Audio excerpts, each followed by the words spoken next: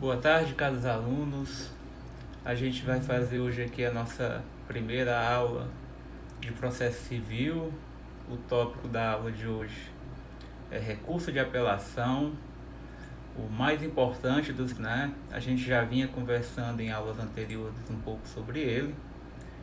E hoje a intenção é a gente abordar de uma forma mais organizada essa apelação. O material já foi previamente para seguir aquele esqueminha que eu mandei, né, que seria a minha apresentação em PowerPoint. E com os pais a gente vai fazer aqui a abordagem do que a gente reputa ser o mais importante sobre esse recurso. Bom, o recurso de apelação ele tem previsão nos artigos 1009 a 1014, né, são 5 artigos basicamente, mas é bom que se diga que ele é o principal dos recursos, né? É nele que a gente vê de uma forma mais evidente tudo aquilo que se espera de um recurso, né? Sobretudo em razão do que você pode fazer contra ele. E aí a gente normalmente começa, né, ao falar dos recursos, conceituando o recurso, né? E a gente já havia falado em aulas anteriores, né, fazendo inclusive alguns exemplos, que a apelação é o recurso cabível contra a sentença, né? Nos exemplos que demos, fizemos essa abordagem inicial em relação à apelação. Bom, está correto, né? A apelação é o recurso cabível contra a sentença. Na verdade, o conceito de sentença ele vai ser extraído da leitura do artigo 1009 do CPC, tanto no caput quanto no seu parágrafo 1º. Por que também no parágrafo 1º? Né? Só para que vocês possam entender um pouco, na sistemática do Código de 73, né, do Código anterior, nós tínhamos lá o recurso de agravo, seja por instrumento ou seja na forma retida. Esse é do recurso cabível contra as chamadas decisões interlocutórias, das quais já falamos também anteriormente. E da sentença cabia apelação. Com o Código de 2015, a gente, né, vai falar um pouco aqui do agravo de instrumento, meio que antecipando a próxima aula, mas no Código de 2015 o agravo de instrumento ele trouxe um rol taxativo lá no artigo 1015, né? Sem querer entrar na discussão da taxatividade do rol do 1015, né? Mas a princípio o 1015 ele traz um rol de decisões interlocutórias que são agraváveis, né? E com esse arrolamento dessas decisões interlocutórias, partiu-se do pressuposto de que, não estando no rol do 1015, a princípio, as decisões interlocutórias não são agraváveis. E não sendo agraváveis, aplica-se o disposto no parágrafo 1º do 1009. Né? Então, as decisões interlocutórias que não desafiam o agravo de instrumento na sistemática atual, elas são recorríveis na apelação. Pois bem, então nós podemos dizer hoje que a apelação é o recurso cabível contra a sentença, é o que está escrito no 1009, né, da sentença caberá a apelação, mas também cabe na apelação você recorrer de decisões interlocutórias não agraváveis, como a doutrina nos coloca, ou decisões interlocutórias que não estão elencadas no 1015, né? Então, basicamente, nós temos duas situações. A primeira, se a decisão interlocutória, aquela decisão, né, tomada ao longo do processo, que são várias que podem ocorrer ao longo de um processo, se ela tem previsão expressa no 1015, o recurso cabível é agravo de instrumento. Se não está no 1015, você vai recorrer dessa decisão não naquele momento em que ela foi proferida, mas depois de prolatada a sentença e justamente no corpo da tua apelação. Então você vai, como preliminar da apelação, discutir, por exemplo, uma decisão interlocutória que foi proferida há um ano atrás, né? O importante é que essas decisões interlocutórias não agraváveis, elas só vão poder ser recorridas após termos já editada uma sentença. Porque é justamente no recurso contra a sentença que eu vou poder falar dessas decisões interlocutórias. Então, senhores, uma decisão de indeferimento de produção de provas, por exemplo, essa não está no rol do 1015, né? Essa decisão só vai poder ser recorrida depois de proferida a sentença e dentro do teu recurso de apelação como uma preliminar. Aí você pode pensar, professor, então eu posso recorrer de mais de uma decisão interlocutória não agravável? Sim. Se você tiver duas decisões interlocutórias não agraváveis ao longo do processo, depois da sentença, você interpondo a apelação, você poderá preliminarmente discutir essas duas decisões, independente do prazo.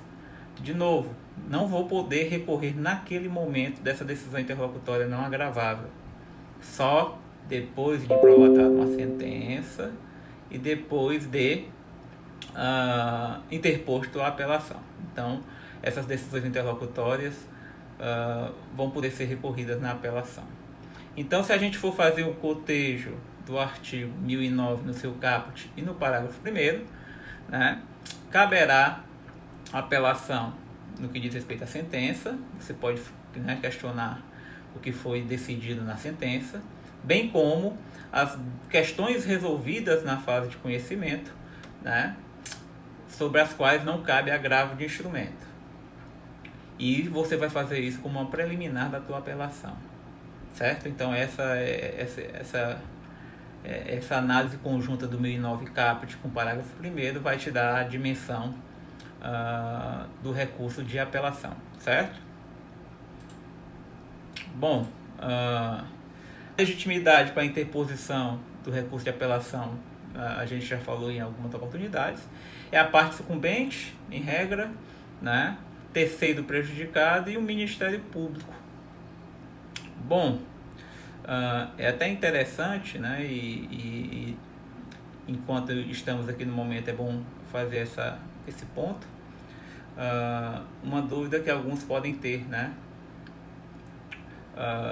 Como é que funciona a questão de prazos para determinadas entidades ou instituições, né, ou partes, vamos assim dizer, né? Bom, o prazo todos vocês sabem que é de 15 dias para essa interposição. Os artigos 180, 180 e 186. Ministério Público, os entes federativos e a Defensoria Pública têm prazo em dobro para manifestação. Eles aí, então, que eles têm o prazo de 30 dias para interpor recurso de apelação. E o 229 também fala dos procuradores diversos, né? E quando eu tenho um litisconsórcio com mais de um advogado, diferentes, eles também terão prazo em dobro autos. Então, já vimos a legitimidade, o prazo, os prazos em dobro para quem faz jus segundo o CPC, né? E o que é que eu faço com o recurso de apelação? O que é que eu posso rediscutir no recurso de apelação? Bom, eu posso rediscutir tudo que foi discutido na instância inferior, tudo que foi visto no primeiro grau, em tese pode ser revisto no segundo grau, né? Quando falamos aqui das finalidades dos recursos, nós falamos basicamente de 4 finalidades, né? Vou lembrar aqui as 2 primeiras, que é o que nos interessa aqui hoje: a reforma e a invalidação da decisão judicial. E quando falei em reforma, eu falei que a reforma é um pedido que se faz quando você está diante de um erro em judicando, um erro de julgamento, vício de conteúdo. Quando o pleito a ser feito vai ser um pleito de anulação da decisão judicial, a gente tem aí então o erro improcedendo, né? Um erro de procedimento. Então, no recurso de apelação, na apelação propriamente dita, eu posso discutir vícios de conteúdo, né? O erro em judicando e erro em procedendo, né? Posso pleitear reforma e anulação. Dependendo do caso concreto, inclusive, posso fazer pedidos sucessivos de anulação e de reforma.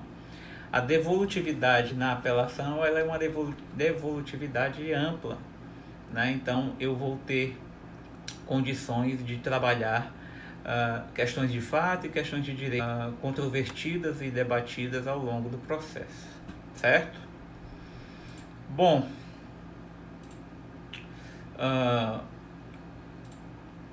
o 1010 ele traz basicamente o procedimento da apelação. E quando a gente fala de procedimento da apelação, a gente está dizendo aqui então que nós temos uma instrução. Guardadas as devidas proporções, essa instrução é algo similar a uma instrução do processo quando a gente está lá na fase de conhecimento. O recurso, ou qualquer que seja ele, tem uma instrução mínima, né? Tem um procedimento instrutório para que daí o recurso possa efetivamente ser julgado. Como é que funciona no recurso de apelação? O recurso de apelação, segundo o 1010, né, ele tem um endereçamento ao juízo que prolatou a sentença. Então você vai interpor a apelação ao juízo prolator da sentença. É ele que vai fazer, vamos assim dizer, a instrução do teu recurso de apelação, certo? Uma vez interposta a apelação, e já dissemos em aulas anteriores que a apelação, enquanto manifestação da vontade da parte recorrer, deve vir acompanhada das chamadas razões do recurso de apelação. Já que estamos falando de apelação, vamos falar das razões da apelação, né? Então, a gente vai apresentar os recursos com as devidas razões, dentro do prazo de 15 dias, né? A partir daí, essa apelação tem que ter elementos mínimos, né? Também já falei isso aqui. Esses elementos mínimos estão lá nos incisos do artigo 1010. Nome, qualificação das partes, exposição do fato do direito, as razões do pedido e o pedido de nova decisão. Então, basicamente são esses 4 elementos. Uma vez interposta a apelação, o parágrafo 1º do 1010 estabelece que você tenha, que vai haver a intimação da parte contrária. Então, a instrução, o que se chama de instrução do recurso, basicamente, é dar à parte contrária a oportunidade de exercer contraditório, ampla defesa. Se ela vai poder fazer, se quiser, mediante a intimação dela, para apresentar justamente as chamadas contrarrazões. O prazo é o mesmo, 15 dias. E se insurgir, né, contra os fundamentos do recurso, né? Se você está recorrendo, por exemplo, para ganhar um dano moral que não foi conferido no primeiro grau, você provavelmente razões vai alegar que o juiz de primeiro grau acertou a não conceder, né, a não deferir pedido de dano moral ao autor, né? Só para que vocês tenham ideia de o que é que a gente pode discutir aí. Bom, uma vez que foi dado o prazo de intimação ao apelado, né, para que ele apresente as contrarrazões, a gente diz que o recurso de apelação está instruído. Não é obrigatório que o réu apresente as contrarrazões. Significa dizer, então, senhores, que uma vez com ou de contrarrazões, ele tem esse prazo para apresentações e com ou sem as contrarrazões, o processo estará devidamente instruído após o curso de tempo. Tá? Então, para ficar bem claro isso aí, não tem prorrogação de prazo, concessão de novo prazo, em regra não vai acontecer isso. O parágrafo 2º ainda do 1010 trata da possibilidade da chamada apelação adesiva, né? Que junto com as contrarrazões seria um momento processual para você apresentar uma apelação adesiva. Eu vou me reservar no direito de falar de apelação adesiva lá na frente, ou do recurso adesivo lá na frente, né? Mas o segundo trata justamente do próximo passo. Então, depois dessa instrução, com a apresentação do recurso das razões, intimação para apresentação das contrarrazões e apresentação das contrarrazões, ou não, né? Se o réu, por exemplo, não apresentar, os autos serão remetidos ao tribunal independente do juízo de admissibilidade, né? Isso é o que está no parágrafo 3º do 1010. E como vai ser remetido independente do juízo de admissibilidade, já estamos antevendo então que não há juízo de admissibilidade no primeiro grau, né? Quando falamos de juízo de admissibilidade, dissemos que pode ser ou plurifásico da apelação, o juízo de admissibilidade ele é monofásico. E quem exerce o juízo de admissibilidade é o tribunal, é o segundo grau, é a instância que vai julgar o recurso, não a instância recorrida, certo? Então o juiz, né, que recebeu a tua apelação, que fez a instrução da apelação, ele não vai avaliar os pressupostos intrínsecos e extrínsecos dos quais já falei, como por exemplo, tempestividade, momento de preparo, regularidade formal. Nada disso é apreciado pelo juiz. Ele simplesmente instrui o recurso e manda para o tribunal. Lá no tribunal, né, será sorteado um relator e é esse relator que vai fazer essa análise. Bom, chegou no tribunal, né, escrevi imediatamente ao relator. Né? Se a gente fosse pegar o nosso Tribunal de Justiça em competência, recurso, uma distribuição feita lá no distribuidor do TJ, pode cair para uma das câmaras cíveis e dentro de cada uma dessas câmaras cíveis, desembargadores, relatores. Né? E como é que se processa então o julgamento, o processamento dessa apelação? Bom, se vocês olharem os incisos do 2011, você vai ter duas possibilidades. O julgamento, o agir sozinho, o recurso de apelação, ele pode julgar a apelação de maneira isolada, sem necessidade de inciso 2, que de ele julgar sozinho, dele julgar monocraticamente, ele vai submeter ao julgamento do tribunal.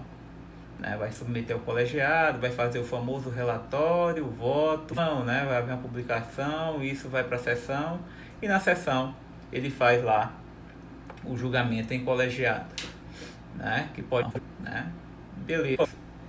Ele escolhe esse gente ao colegiado? Não. Na verdade, em que pese haja essa prerrogativa do relator de julgar só, né? Ele deve julgar só quando estiver diante de um dos casos legalmente previstos no CPC. Então não é discricionariedade do relator julgar sozinho ou submeter ao colegiado, né? Então ele sempre vai precisar estar cobertado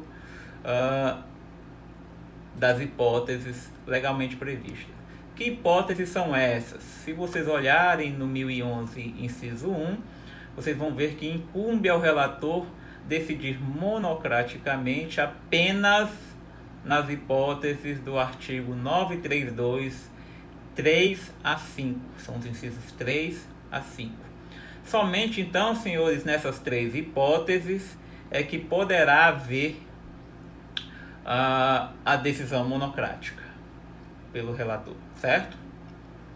Fora disso, voto e julgamento, certo? E agora a gente passa a verificar justamente essas três hipóteses e guardem bem essas medidas em outras situações, em outros recursos, dada a sua importância. Então a gente está falando hoje de apelação, a gente vai dizer então em que maneira, em que hipóteses o relator pode decidir sozinho. Quando é que ele decide só? Bom, o inciso 3 do artigo 930, o relator, monocraticamente, né, não possui inadmissível, prejudicado ou que não tenha impugnado especificamente os fundamentos da decisão recorrida. Então, se o teu recurso é inadmissível por qualquer questão, né, ou seja, o teu juízo de admissibilidade foi negativo, teu recurso está prejudicado, por exemplo, por uma desistência superveniente, né? Ou se o teu recurso é aquele famoso, né, já falei muitas vezes em sala, se o teu recurso é aquele famoso recurso genérico, aquele recurso que não impugna especificamente os fundamentos da decisão, no meu caso aqui é o recurso que não impugna especificamente os fundamentos da sentença, o teu recurso não será conhecido. O que é que significa dizer o recurso não será conhecido? Ele não terá o mérito julgado, ou seja, ele não superou o juízo inicial de admissibilidade, né? Com recursos genéricos, expressa quanto aos fundamentos da sentença atacada, o mérito conhecido. Então essa é a primeira das providências. Professor, essa decisão é recorrível? Sim, ela é recorrível, já falamos inclusive o recurso cabível sim é recorrível. Primeiro, das providências que o relator considera o recurso que contraria as situações. As súmulas do STF, essa é a primeira. Acórdãos do STF ou do STJ em recursos, né? Os precedentes sejam julgados em recursos repetitivos. E a terceira hipótese, não de demandas repetitivas ou de assunção de competência, né? São as, inclusive, demandas já, essa última e essa 15. Então, toda relação contra que estiver em contrariedade, três possibilidades que falei aqui, que são as alíneas A, B e C, 3, 2, inciso 4, o relator sozinho, sem necessidade de ser, poderá negar provimento ao recurso. Fará isso, obviamente, de maneira fundamentada, dizendo por que está decidindo sozinho, por que ele está negando o provimento monocraticamente, e dizendo das situações, né, pode até haver mais de uma, né, situação da recurso nas formas ou na forma do inciso 4. E a terceira possibilidade que o relator pode decidir está no inciso 5 do 932, que depois da apresentação de facultada apresentação de contradição, veja, o inciso 4 falava em negar provimento. Inciso 5 ele fala em dar provimento. Em que hipóteses ele sozinho pode dar provimento? Nas mesmas hipóteses em que ele pode negar provimento. Qual é o diferencial? Se lá no inciso 4 ele nega provimento quando os julgados referidos nas alíneas, aqui no inciso 5 ele dá provimento quando a decisão recorrida, no caso a sentença recorrida, contraria aqueles julgamentos de tribunais superiores ou do próprio tribunal. Então, segundo o inciso 5, o relator pode sozinho dar provimento ao recurso se a decisão recorrida, se a sentença recorrida for contrária à ação. Se for contrária a conferido pelo STF ou STJ em julgamento de recurso repetitivo, se a decisão recorrida for contrária a entendimento firmado incidente de resolução de demandas repetitivas ou de assunção de competência, né? O chamado IRDR, né? O incidente de resolução de demandas repetitivas. Então vejam que o relator, antes de verificar se vai submeter ao colegiado a sua apelação, ele verifica se é o caso de se aplicar um desses três incisos, né? A finalidade é óbvia, né? É não levar para o tribunal, para o colegiado, porque algo demandaria mais tempo, né? Faria com que o processo demorasse mais a ser julgado. Não levar ao colegiado questões que, por conta de entendimento simulado dos tribunais superiores, de demandas repetitivas, de recursos repetitivos, né? A gente iria prolatar o julgamento do recurso para ter um mesmo resultado, né? Então ele já faz isso de maneira isolada, né? De maneira monocrática, já está autorizado a isso, e é só nessas hipóteses que ele pode fazer isso. Ou seja, se não tiver a adequação do caso concreto a uma dessas três hipóteses que estão nas alíneas dos artigos 4 e 5 do 932, o relator não está autorizado a julgar sozinho o processo. Então o que é que ele vai ter que fazer? Relatório, voto e mandar para a sessão do colegiado, que é algo que demanda mais tempo. Normalmente demora mais tempo um julgamento colegiado do que um julgamento monocrático. Então, essas prerrogativas que foram conferidas pelo legislador ao relator têm por escopo, né, dar maior celeridade processual, em homenagem a inúmeros princípios que poderíamos falar aqui, né? Menciono aqui um dos principais, né, a duração razoável do processo, lá no artigo 5º, inciso 78 da Constituição. Beleza? Então vamos lá, só para a gente fazer uma recapitulação. Recurso é interposto no juízo de primeiro grau, juízo prolator da sentença, no prazo de 15 dias. Após a interposição do recurso, a parte contrária será intimada para que no mesmo prazo apresente as chamadas contrarrazões. Depois de concedido o prazo, com ou sem as contrarrazões, o recurso de apelação é encaminhado ao tribunal. Chegando no tribunal, sorteia-se relator e esse relator tem duas possibilidades. A primeira delas, o julgamento monocrático do recurso de apelação, desde que ele esteja diante de uma das três hipóteses do 932, os incisos 3, 4 e 5. Né? O 3 é de não conhecer do recurso, o 4 é de negar provimento ao recurso nas hipóteses elencadas nas alíneas do inciso 4, e o inciso 5 é de dar provimento ao recurso nas hipóteses das alíneas também do inciso 5. Beleza? Não aconteceu isso, senhores. É o caso, então, de irmos para o inciso 2 do 1011, né? E preparar relatório, voto e submeter em sessão oportuna, né, ao órgão colegiado para julgamento colegiado. Certo? Beleza. Esse é o procedimento da apelação, senhores. É muito singelo, por assim dizer, né? Mas é mais ou menos assim que os recursos em geral são instruídos, né? Primeiro, a parte legitimada promove a interposição do recurso, a parte contrária terá a oportunidade de exercer o seu contraditório, né? Que, mencionando até o princípio da dialeticidade, que já vimos anteriormente, né?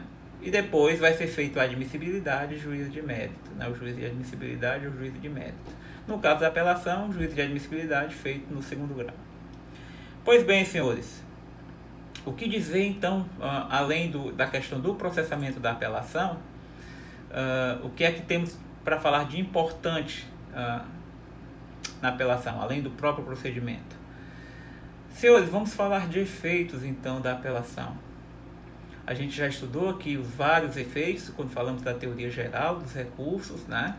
A gente trouxe os efeitos que são uníssonos na doutrina, né? E a ideia hoje aqui é dizer que como é que esses efeitos funcionam no recurso de apelação, o que é que efetivamente aparece diante do caso concreto no recurso de apelação. Pois bem, senhores, a primeira coisa a dizer a vocês é que, na realidade não é dizer, né? Na verdade é repetir que a apelação, em regra, tem efeito suspensivo, né? Efeito suspensivo como aquele efeito de suspender a eficácia da decisão recorrida. No meu caso aqui, suspender a eficácia da sentença recorrida, certo? Bom, essa é a regra. E onde é que está isso, professor? Artigo 1012 do CPC, no caput. Apelação terá efeito suspensivo, ou seja, toda vida que você estiver recorrendo de uma sentença, né, ou mesmo de uma decisão interlocutória não agravável, que também vai ser feito na apelação, ou dos dois juntos, enfim, na regra, o simples fato de eu estar apelando dessa sentença me leva ao efeito suspensivo automático. Ou seja, não preciso pedir, não preciso falar nada, é decorrência da própria interposição do recurso. Certo? Essa é a regra. E como toda regra, vocês já sabem no direito que temos sempre as chamadas exceções. E essas exceções elas vão vir justamente no parágrafo 1º do artigo 1012. Então, as sentenças que estiverem relacionadas no parágrafo 1º do artigo 1012, essas estão aptas a surtir efeitos imediatos após a sua publicação. É mais ou menos assim que está escrito no parágrafo 1º. Começa a produzir efeitos imediatamente após a publicação a sentença que, e aí vem os incisos do parágrafo 1º, homologa a divisão ou demarcação de terras, que é um procedimento especial, né? Condena a pagar alimentos, esse foi o exemplo, inclusive, que já utilizei algumas vezes em aulas anteriores, né? Extingue sem resolução do mérito ou julga improcedente embargos executados, meio de defesa de execução, julga procedente o pedido de instituição de arbitragem, confirma, concede ou revoga a tutela provisória. Então, se a sentença faz menção expressa à tutela provisória, né? Aquela tutela que em tese foi concedida lá no início do processo, ele pode, por exemplo, confirmar na sentença aquela tutela provisória de evidência que foi concedida. Essa, nesse caso, integrando a sentença, vou apelar aqui, mas não haverá efeito suspensivo. E a última hipótese é quando a sentença decreta. Então, senhores, nessas hipóteses, as sentenças estarão aptas a surtir efeitos imediatos após a publicação. Significa dizer, então, senhores, que nessas hipóteses eu não tenho efeito suspensivo. E eu já falei em aulas, né, passadas, que quando a gente não tem efeitos suspensivos, nós podemos, né, pedir esse efeito. E vamos ver isso aqui daqui a pouco nos próximos dispositivos. Mas vamos lá. Bom, então se em regra há efeito suspensivo, nas hipóteses do parágrafo 1º de 2012 não tem efeito suspensivo, são as hipóteses de exceção em relação à apelação, né? No parágrafo 2º, inclusive, uma decorrência do que está lá no parágrafo 1º, que se as sentenças do parágrafo 1º não suspensivo, né, a apelação interposta contra elas, o parágrafo 2º diz, inclusive, o apelado já pode promover de imediato o cumprimento provisório após publicada a sentença. Então, se você, por exemplo, foi condenado a pagar alimentos, né, dei esse exemplo em sala de aula, se você já foi condenado a pagar alimentos e você apela dessa sentença, mesmo apelando dessa sentença, em tese, a parte vencedora pode dar cumprimento provisório a essa sentença, mesmo diante da pendência do julgamento da apelação, tá? Então, elas estando no parágrafo 1º de 2012, não vai haver efeito suspensivo, pode haver o pedido de cumprimento provisório, né? Bom, como eu disse a vocês, se não tem efeito suspensivo, em tese os senhores podem pleitear, e as circunstâncias que me permitem isso estão no parágrafo 3º do 1012. No artigo 1012, parágrafo 3º, ele fala de para onde eu endereço o meu pedido de efeito suspensivo, dizendo no parágrafo 3º, né, para onde você endereça o seu pedido de efeito suspensivo, por óbvio que significa dizer que você pode pedir efeito suspensivo, mesmo diante das hipóteses de exceção, lá do parágrafo 1º. Né? E o parágrafo 3º diz que você manda para o tribunal, endereça para o tribunal, quando a tua apelação ainda não foi distribuída a um relator, né? Foi recebido, mas ainda está entre o recebimento e a distribuição, não há relator, você endereça para o tribunal, e se já tiver relator, você endereça para o próprio relator, se já houver relator designado para o teu recurso, certo? E quando é que o relator poderá, né, conferir esse efeito suspensivo que você pleiteou? Basicamente, em duas situações, né? A primeira, se o apelante demonstrar a probabilidade do provimento do recurso, então você tem que ter aí o que a gente chama de plausibilidade jurídica, né? Uma chance boa de provimento do teu recurso. E a segunda hipótese, né, se você tiver uma fundamentação relevante, né, você conseguir comprovar ao relator a possibilidade de um risco de dano grave ou de difícil reparação, né? Alguns até diriam lá o tal do fumus boniuris, né, e periculo in mora, né? A relevância da fundamentação e possibilidade de reparação. As hipóteses concedem efeito suspensivo, né, comunicando disso tudo. Aliás, não há comunicação alguma nesse aspecto, mas ele vai lá e decide, certo? Funciona dessa forma no recurso de apelação. No que diz respeito ao efeito devolutivo, a apelação, como eu disse, é o principal dos recursos que nós temos possível, né? Os senhores devem estar estudando aí a ação e por profundidade, né? E eu trato aqui do efeito devolutivo no âmbito do CPC, né? Inclusive também o translativo também acaba vindo de passagem. Então, 1013, senhores, né, traz justamente a questão do efeito devolverá ao tribunal o conhecimento da matéria impugnada. Ora, já disse anteriormente que, em se tratando de efeito, devolve justamente aquilo que é objeto da minha impugnação, que é objeto da minha irresignação. Né? Aquilo que eu não trouxe no meu recurso, a princípio, não está devolvido ao tribunal, e por não estar devolvido ao tribunal, que ele aprecie, né, questões que não foram ou que não estiveram no objeto do recurso, não estiveram no bojo do recurso. Então, o tamanho da tutela, certo? Essa é a primeira questão. A segunda questão é que os parágrafos do 1013 trazem questões que são bastante interessantes. Vamos lá. No parágrafo 1º, né, está escrito assim: serão, porém, objeto de apreciação e julgamento pelo tribunal todas as questões suscitadas e discutidas não tenham sido solucionadas, relativas ao ganhou e não ganhou o dano moral, né? E você vai apelar justo a ganhar também, pleitear que seja concedida a você também, né?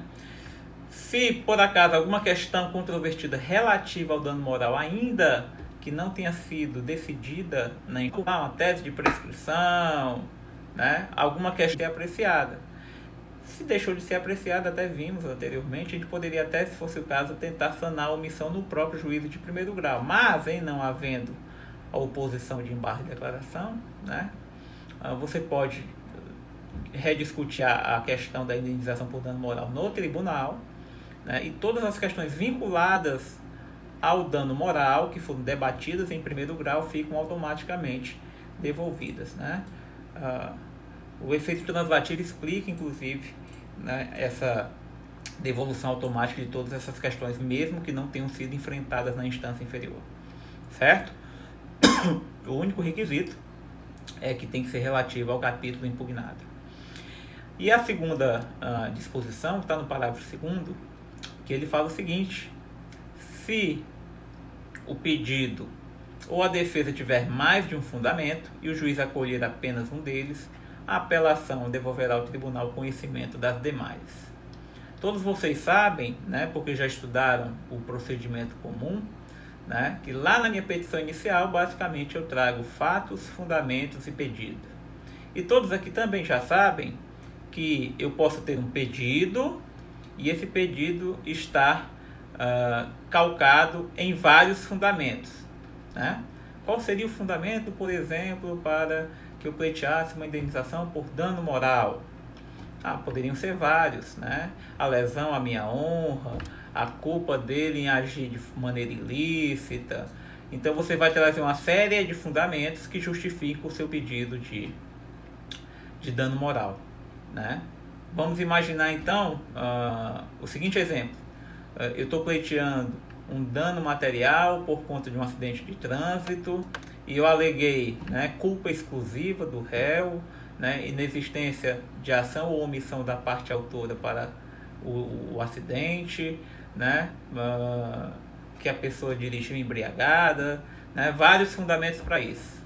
Mas o juiz, ao sentenciar, me concedeu a indenização pelos danos por razão de entender que houve culpa exclusiva do réu.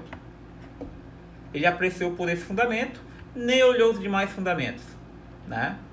Então, se a parte contrária vai recorrer, né, para discutir isso, todos os fundamentos podem ser reapreciados, inclusive aqueles que não foram utilizados pelo juiz ao sentenciar.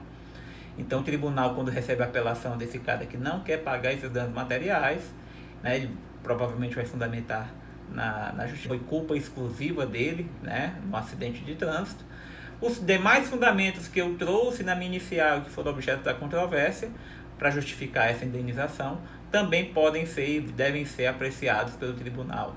Então, em tese, o tribunal pode considerar como justificativa para manter o dano material um outro fundamento que tenha sido aventado anteriormente, mesmo que ele não tenha sido utilizado pelo juiz de primeiro grau, certo? Basicamente é isso que diz o parágrafo 2º do 1013. Isso tudo que eu estou dizendo a vocês aqui são decorrências desse chamado efeito devolutivo, tá? Dentro ainda do 1013, nós temos um dispositivo, né, que é conhecido na doutrina como a chamada teoria da causa madura. O que é que seria a teoria da causa madura? A teoria da causa madura nada mais é do que a teoria segundo a qual, preenchendo os requisitos desse parágrafo 3º, o tribunal já estaria apto a julgar o mérito daquele processo de imediato, né? Então, um requisito básico para a aplicação da teoria é que esse processo esteja em condições de julgamento imediato. Por isso que se chama teoria da causa madura. Se o processo estiver maduro, ou seja, em condições de julgamento imediato, estando diante das situações elencadas no parágrafo 3º do 1013, o tribunal já pode julgar diretamente o mérito da demanda. Trago aqui a primeira das hipóteses, quando o tribunal reformar a sentença fundada no artigo 485. Só para lembrar, o artigo 485 do CPC, ele traz justamente as hipóteses em que não haverá resolução do mérito. Então, imagine uma sentença sem resolução do mérito, da qual foi interposta a apelação. E o tribunal entendeu que não é do caso de ter sido sentenciado sem resolução do mérito. Então, eles vão mudar essa sentença e, se verificarem que o processo está em condições de ser julgado, ele já tem uma instrução que permita o julgamento do mérito, além de reformar, né, o normal que se esperaria era, olha, vamos anular essa sentença sem resolução do mérito e vamos mandar para o juiz de primeiro grau para que ele sentencie o mérito, ou se for o caso, instrua o processo, dependendo do momento processual.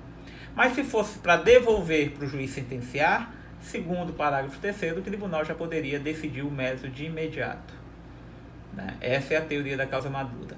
A ideia é dar celeridade ao julgamento do processo. Então,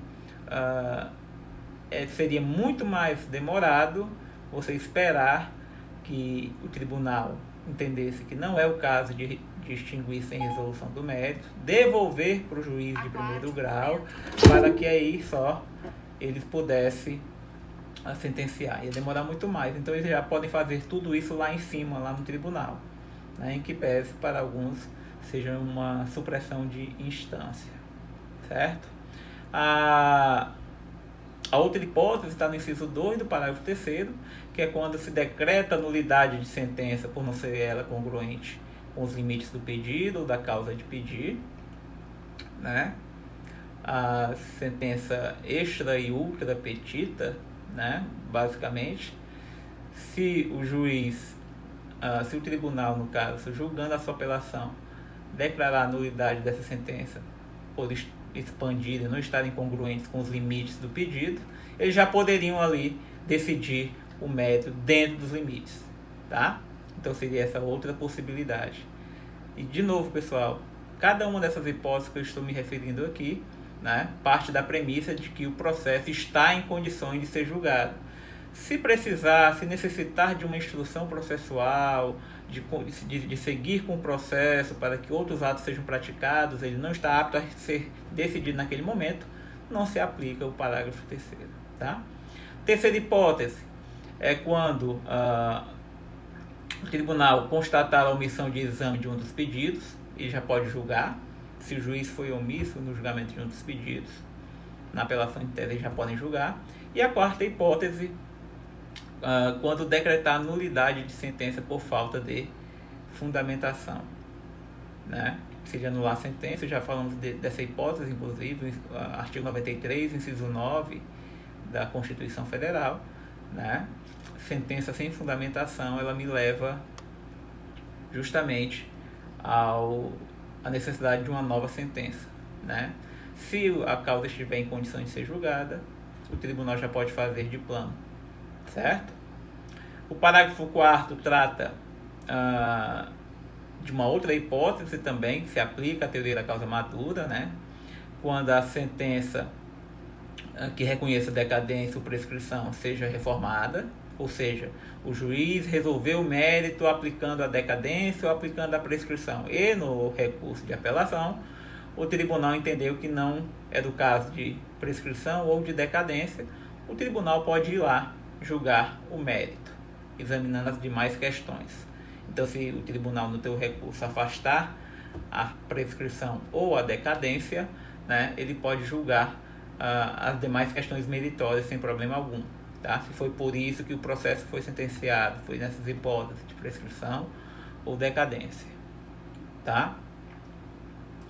E o parágrafo 5º, eu já disse anteriormente aqui na aula, né?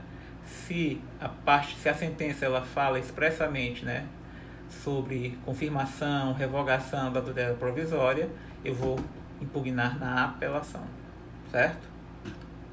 Então, basicamente, o 1013 ele traz disposições acerca do efeito devolutivo, né, desse devolutivo amplo que temos no recurso de apelação e, em especial, falando também da causa madura.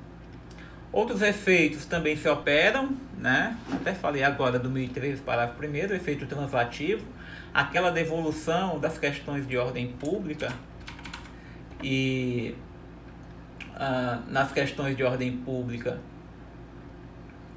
e a gente já até disse aqui que o efeito translativo permite que sejam conhecidas lá, se estiverem no recurso bem, se não estiverem no recurso, né, mas puderem interferir no julgamento, as partes vão ser ouvidas, é bem verdade, né, mas podem ser conhecidas de ofício.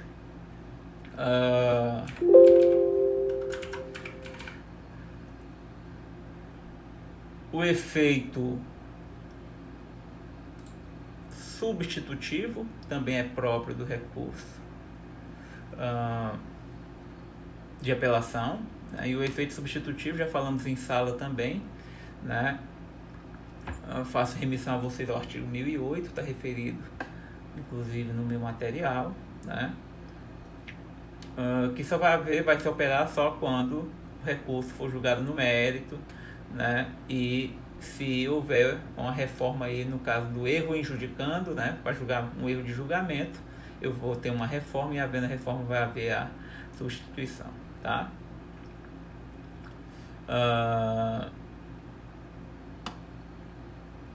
E por fim, senhores, em relação aos efeitos, eu queria falar com vocês acerca do efeito retratativo. O efeito retratativo, né, o nome meio que explica, é o efeito de você se retratar diante de uma decisão judicial que você tomou. Em regra, no recurso de apelação não é cabível o efeito retratativo. Já vimos aqui o procedimento. O juiz, basicamente, ele faz a instrução do recurso e manda para o tribunal, e lá no tribunal o recurso é julgado. O juiz não tem, em regra, a oportunidade de se retratar. Em regra. Mas existe efeito retratativo no recurso de apelação, senhores. E onde é que existe esse efeito retratativo? São 3 as hipóteses legais. A primeira delas, no artigo 331 do CPC, certo? No artigo 331 fala justamente da situação de indeferimento da inicial. Então, se ele extinguir ou se ele sentenciar por indeferimento da inicial, né, sendo esse fundamento, ele vai extinguir sem resolução do mérito, né? E se alguém recorrer dessa sentença que extinguiu o processo sem resolução do mérito por indeferimento da inicial, né, o juiz vai ter o prazo de 5 dias para se retratar. Se ele se retrata diante da apelação interposta, né, obviamente que a apelação perde o objeto, e se ele se retrata, significa dizer então que ele está recebendo a inicial e o processo tem o seu trâmite normal. Se ele não se retrata, se ele mantém a sentença que prolatou, aí ele faz a instrução normal da apelação, e aí a apelação vai ter seu curso natural nos termos lá do 1010 para frente, certo? A segunda hipótese do efeito retratativo é no artigo 332, parágrafo 3º do CPC, que é justamente na hipótese em que há a chamada improcedência liminar pedido. Faço remissão aos senhores à leitura, né, para que relembrem quando que o juiz pode julgar liminarmente improcedente o pedido, né? São as hipóteses que estão lá no 332. E se você apela dessa sentença que julgou improcedente de maneira liminar os seus pedidos, o juiz também pode se retratar, né? Lembrando que nessa hipótese do 332, o juiz já pode sentenciar mesmo sem citar o réu. Então, independente da citação do réu, ele já pode julgar improcedente nas hipóteses que eu faço remissão para que leiam ou relembrem dessas hipóteses. E após essa sentença de improcedência liminar, se você dela recorrer, entendendo que não se aplica a hipótese trazida na sentença, o juiz pode se retratar. Se ele se retrata, ele dará tramitação normal ao processo. Ele tem também 5 dias para poder fazer isso, para poder exercer esse juízo de retratação, tá? E a terceira hipótese é justamente no artigo 485, parágrafo 7º, né? Só para lembrar, no artigo 485 nós temos as chamadas sentenças terminativas ou sentenças sem resolução do mérito.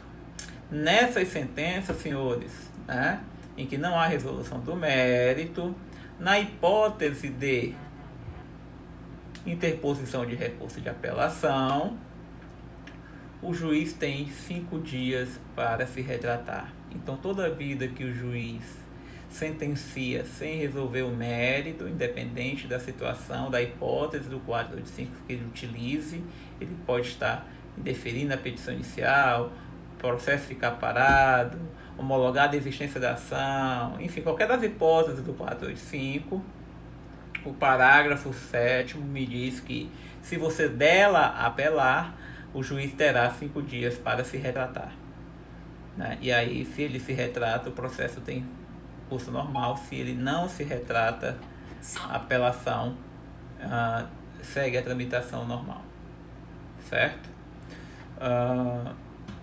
O que dizer mais aqui a vocês?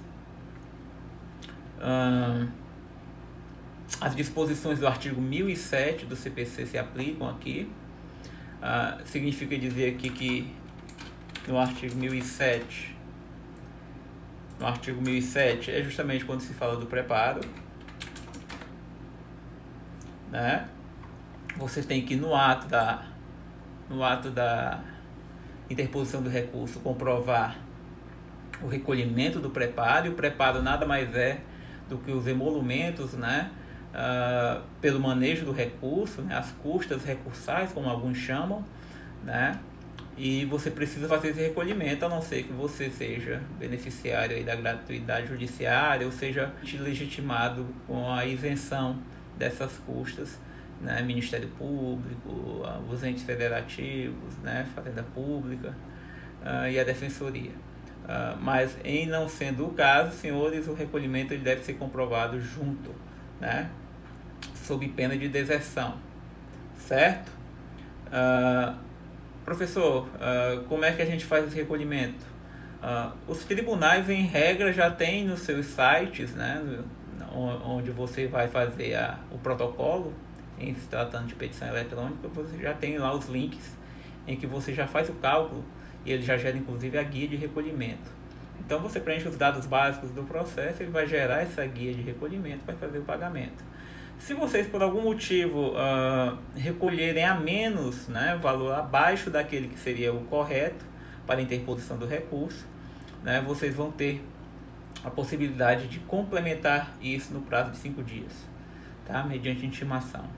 Então, se você, sei lá, errou na hora do preenchimento dos dados do processo, errou o valor da causa e o valor calculado na guia foi um valor inferior, se houver essa constatação, você vai ser intimado para complementar. E se você não recolher nada, né,